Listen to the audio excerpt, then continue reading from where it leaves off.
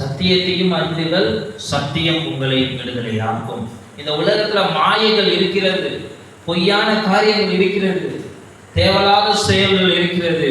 ஆனாலும் ஆண்டவராகிய இயேசு கிறிஸ்து என்ன சொல்கிறார் என்றால், சத்தியத்தையும் அறியுங்கள், சத்தியம் உங்களை விடுதலையாக்கும் என்று. எப்படி அந்த சத்தியம் விடுதலையாக்கும்? சத்தியம் என்றால் என்ன? ஆதியிலே வார்த்தை இருந்தது, அந்த வார்த்தை தேவனிடம் இருந்தது, அந்த வார்த்தை தேவனாய் இருந்தது. அந்த வார்த்தை கிருபை மாம்சமாக மாறி கிருபையினாலும் சத்தியத்தினாலும் நிறைந்தவராக நமக்குள் காணப்பட்டார். அவர்தான் இயேசு. அந்த குமாரன் விடுதலை ஆக்கினால் நீங்கள் மெய்யாகவே விடுதலை ஆவீர்கள்.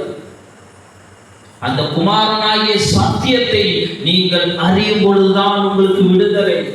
அவர் உங்களுக்கு போதித்த போதனைகளை நீங்கள் அறியும் பொழுதுதான் விடுதலை.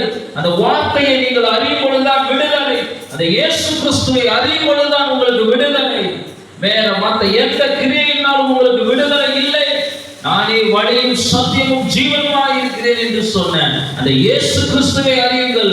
அந்த இயேசு உங்களுக்கு விடுதலை தருவார். அந்த இயேசு உங்களுக்கு அடிமைத்தனத்திலிருந்து விடுதலை தருவார். அந்த இயேசு உங்களுக்கு சாபத்திலிருந்து விடுதலை தருவார். அந்த இயேசு உங்களுக்கு நிம்மதியற்ற வாழ்க்கையிலிருந்து விடுதலை தருவார். அந்த இயேசு உங்களுக்கு நரக வாழ்க்கையிலிருந்து சொர்க்க வாழ்க்கைக்கு நடத்தி செல்வார்.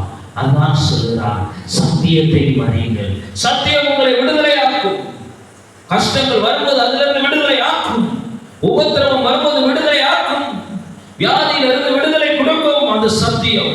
அந்த சத்தியத்தை அறிந்து அந்த சத்தியம் சொல்லுகிறபடி செய்களே, அது உங்களை விடுதலை ஆக்கும். அவர்தான் இயேசு.